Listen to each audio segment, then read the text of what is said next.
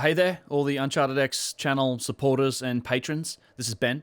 I thought while I was sitting here editing and pulling my hair out trying to get this last video done that I would take a minute to give you guys an update and also a little sneak peek of what I'm working on, seeing as I don't think I'm going to get this uploaded tonight, but I will most definitely get it done tomorrow. A couple things that I want to mention for you guys. One is that I think most of you probably know that I've been through all of the blackouts in Northern California. I got hit by all of those. It was a rough few weeks. Got through it with the generators that I had, but it really put a dent in my ability to sort of keep up with my video schedule. So I've been scrambling to try and catch up. I did take the opportunity to do a fair bit of writing, so I've got quite a few videos planned, or at least I've moved forward with some of my longer term projects. I'm sure if you've been following me for a while, you know there are a number of sort of longer term videos that I've been working on and trying to put time into. So the good part of that is some of those did get progressed. The bad part is I couldn't do as much editing and video production as I would like, and I'm really trying to catch up. But a couple things have happened in the meantime. One is that I am actually now planning a trip to Egypt with Yusuf, and it's also going to be with another pretty well-known channel. We're going to do something together on this trip.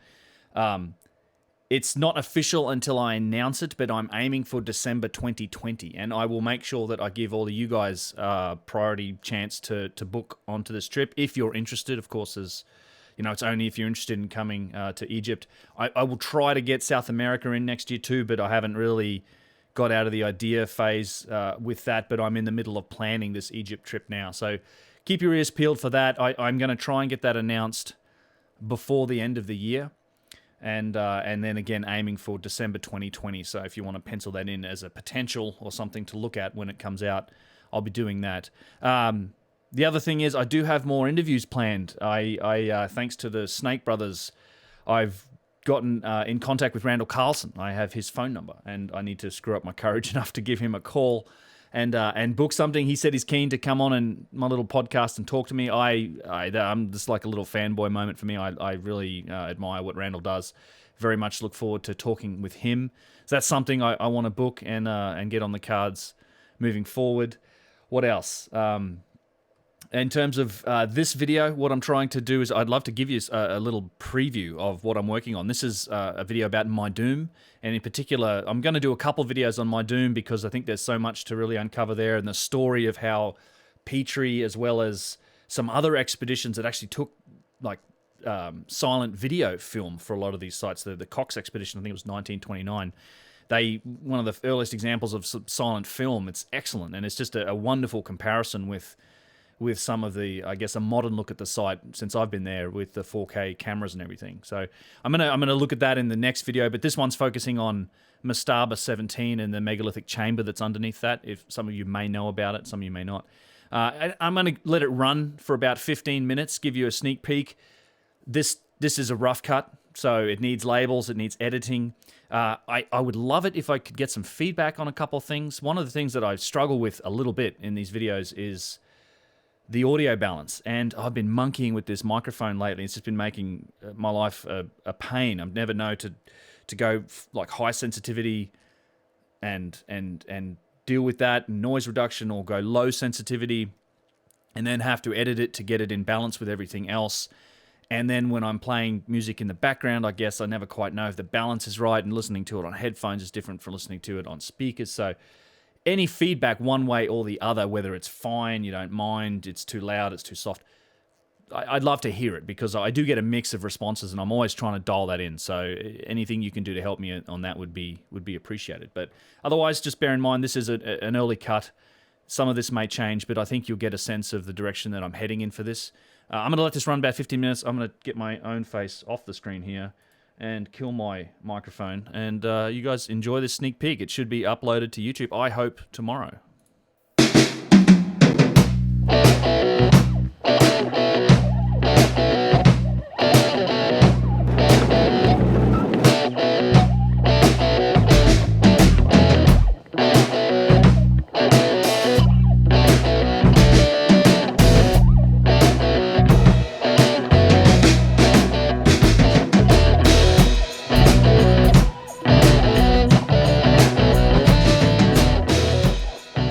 ancient necropolis known as Meidum is layered in mystery and contradiction. It isn't a particularly well-known site. Certainly it's not as famous as the Great Pyramids at Giza or Dashur, yet its features are, at least in my opinion, just as remarkable. As with so many of the other Old Kingdom sites of ancient Egypt, a close look around Meidum will reveal some astonishing evidence for ancient high technology and evidence for multiple periods and styles of construction. There are a number of underground megalithic chambers at Meidum, many of which were used as tombs, and in one of them still rests what is believed to be the oldest example of a single-piece, precision-carved, giant granite box.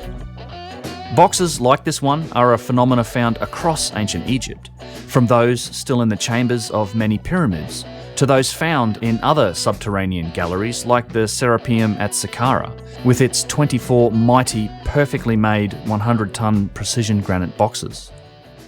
Although every single one of these boxes is labelled by Egyptologists as nothing more than sarcophagi, and the structures that house them are always nothing more than tombs, the precision evident in the quarrying, construction, and finish of these artifacts could not have been achieved with the primitive methods known to the ancient Egyptians, nor could they be achieved by the tools that are found in the archaeological record.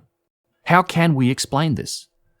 If you study what the Egyptians themselves said about their own past, and what modern science is telling us about the true history of our species and of our planet, another possibility reveals itself. Given this data, is it not more likely that these boxes and the megalithic structures they are so often found in were inherited by the Bronze Age dynastic Egyptians, who then renovated them and perhaps also then used them as tombs?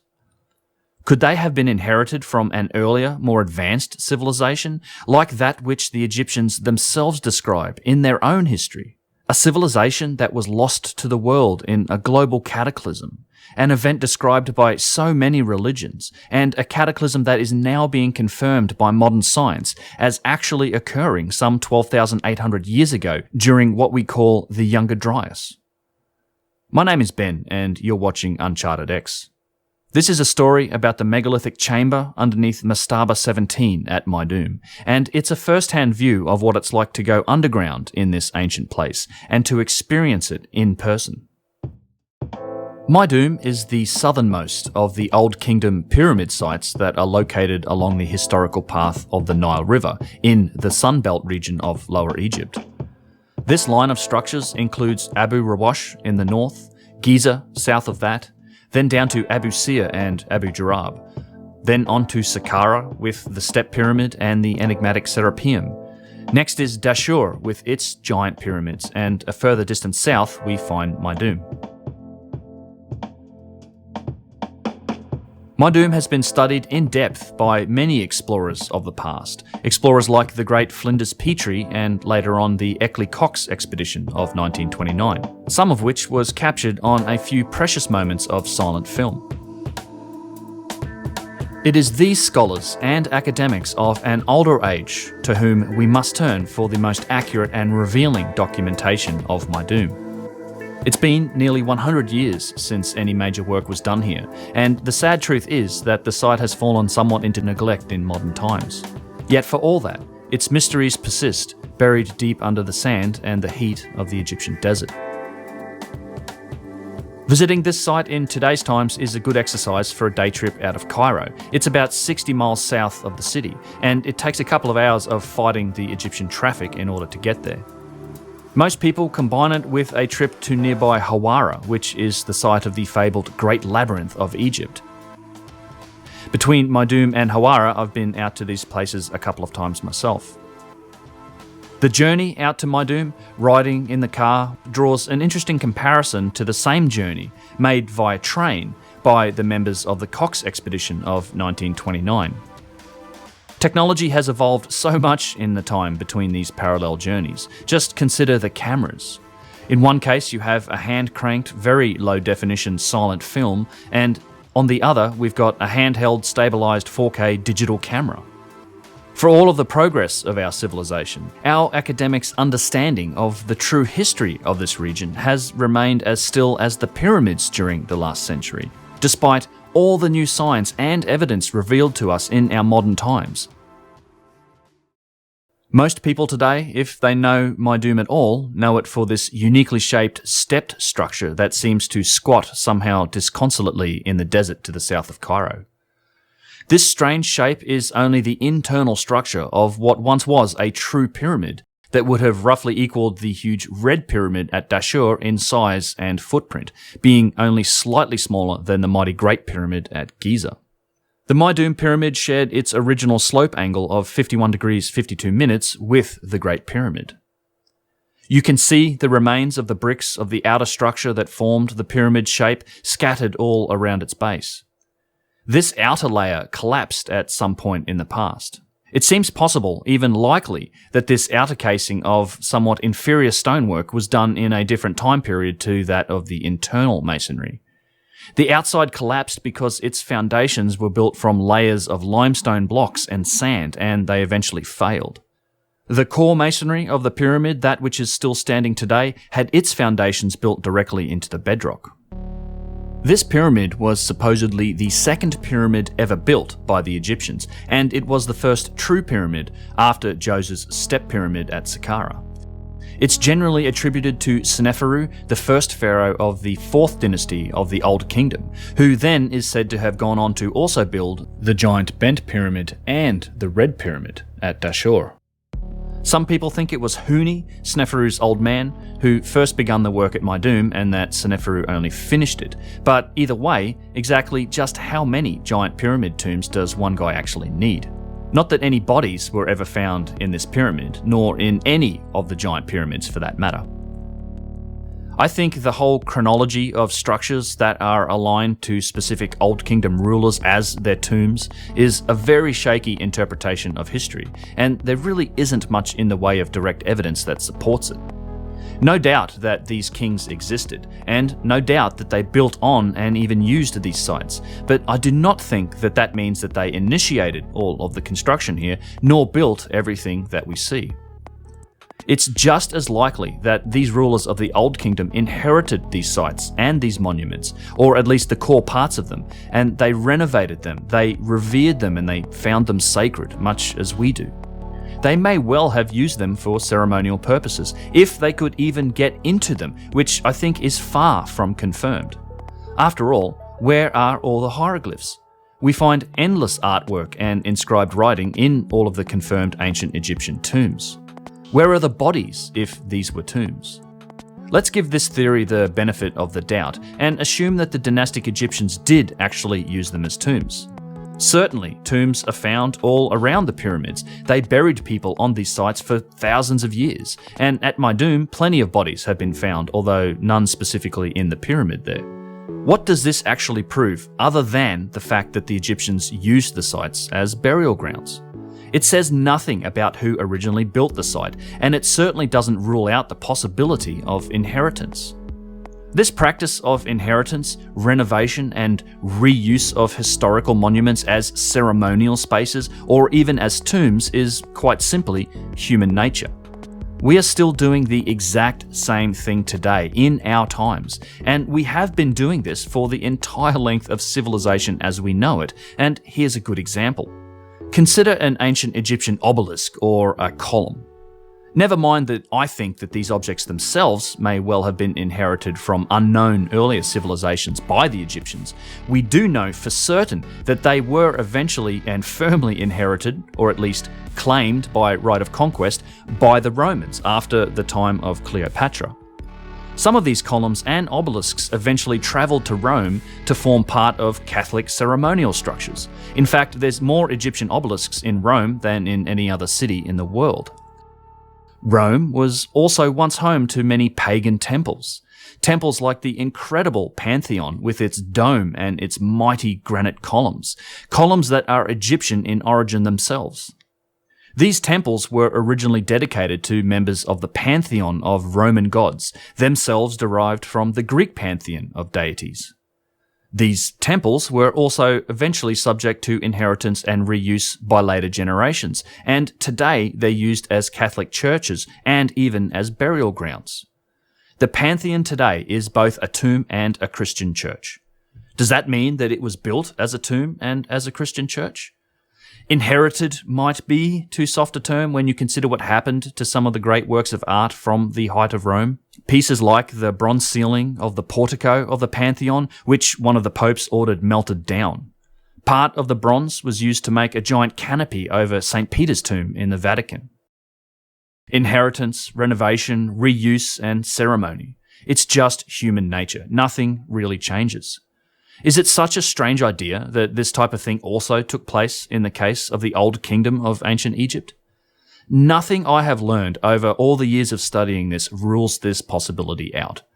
To me, when you look at history and you consider the Younger Dryas, you consider the extension of the human timeline, you consider all of the contradictions and the clear evidence for advanced ancient technology in maps and in megalithic work, and you consider what ancient cultures themselves said, the premise of inheritance begins to seem like more than simply a possibility.